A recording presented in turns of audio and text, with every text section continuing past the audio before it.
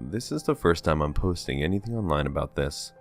I'm a 31-year-old woman, married, and recently moved back in with my parents due to moving back in the town I grew up. My husband and I are taking our time looking at our own place due to wanting something nice in the area. That is usually hard to find. This story takes place in my parents' house starting back 10 years ago. A description of the house for a bit of context. It's a 2-story, brick and stone house in the city limits, but it's surrounded by nothing but woods. You have to go through a garage that leads into the kitchen, with the first bedroom to your left. Past the kitchen is the main living room, and to the right is the hall that is very open. In this area you'll find the main dining room and second living area, but if you continue straight, you'll see a staircase to your left, and even further straight is my parents' bedroom and bathroom. Going up the stairs you will come to the third living area. Yes, this house is huge, with 2 sets of French doors side by side that lead to the outside balcony. Going straight, the sharp left leads you to the other 3 bedrooms and 2 bathrooms. This is where the story takes place. The first time I stepped foot into this house, I immediately felt off, like something just wasn't right. I felt a presence, but I didn't know what or who it was. I brushed it off thinking that I just read too much into it.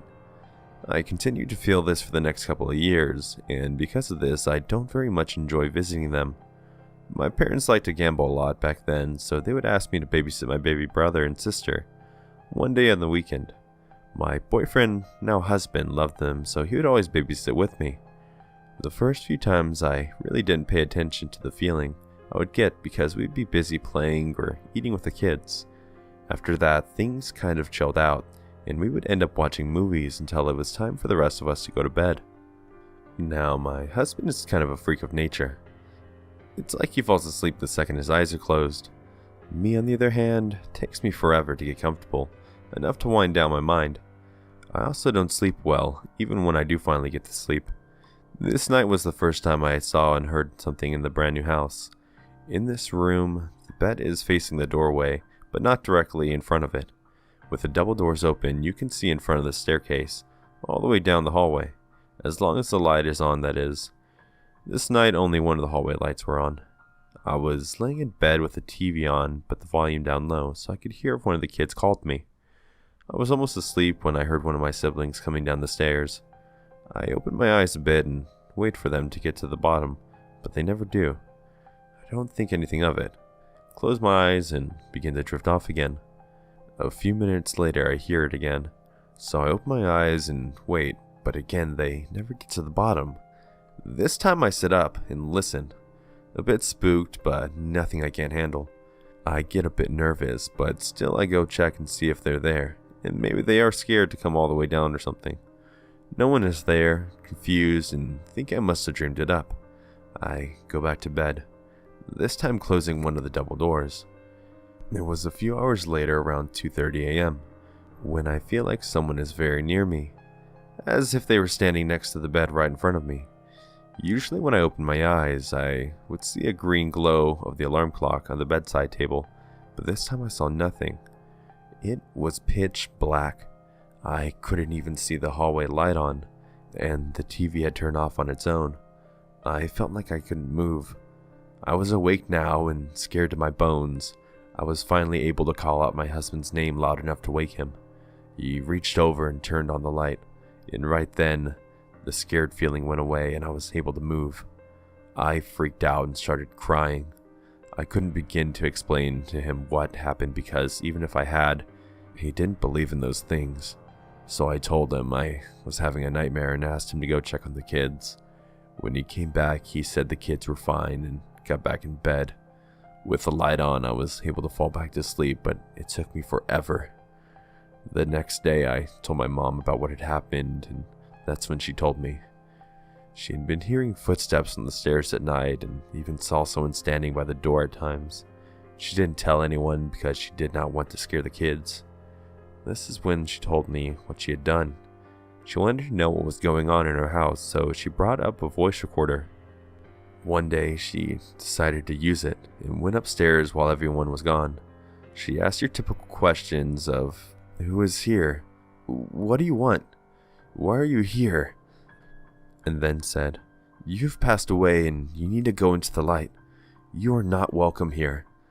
The next day, she decided to leave the recorder in one of the bedrooms upstairs while it was recording for about 4 hours while she was out running errands. I asked if she had checked it, and to my surprise, she said she was too afraid to listen to it alone. I wanted to listen to it. Off we went to the computer and began listening to it after it was uploaded. During the 4 hours she was gone, you could hear something clicking or tapping. Sounds of a door opening and closing, but we weren't for sure. Then we listened to the part where she was asking questions. Now you could hear a sound that resembles a fan or maybe static through and out the whole thing, so some sounds are indistinguishable. But then one sound we did hear chilled us to the core. When she asked, "What do you want?" it gave the answer, changing my brother's name for this. The answer was Jamie. It didn't answer any of the other questions except for this one. I cried immediately. He wasn't having night terrors for no reason. Something was there for him every night. We soon asked a friend to cleanse the house. For a long time, everything had been okay. My brother stopped having night terrors, my mom was able to sleep comfortably, and all was good again. Until now. I've been living in this house for a month and a half for the last 3 weeks. I've been seeing things everywhere, especially when I'm alone. Because of this, I won't stay alone anymore. I get the strong feeling of being watched. I had this feeling someone's pulling my blanket at night. I think it's time for another cleanse.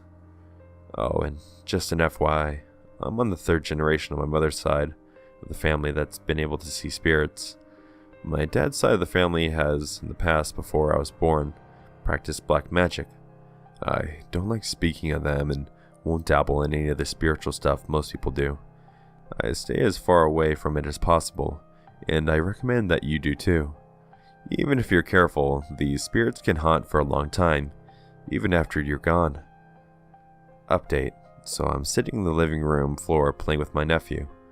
Mom's on the left couch and sister's on the right couch. My nephew had a toy piano that was made of cloth and can be folded up. This piano was behind us in the corner with all my nephew's other toys. We were talking and watching my nephew attempt to walk when this piano makes a sound. It's like someone is pressing the keys slowly. We stop and stare and then look at each other shocked. Then the keys press rapidly until it finally shuts off on its own. Mom and I are not scared. My sister is terrified due to something that happened to her last night around midnight. That is a different story I will be posting tomorrow. Hey guys, I want to thank you for watching the video. I know this one is super short.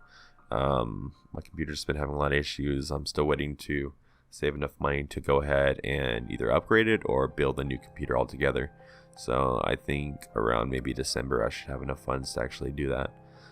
Just been getting caught up on a lot of bills, and they just put my daughter into school recently, so you know, it's kind of like a more so like a private school, so you know that costs money, but I would put her education before YouTube any day of the week.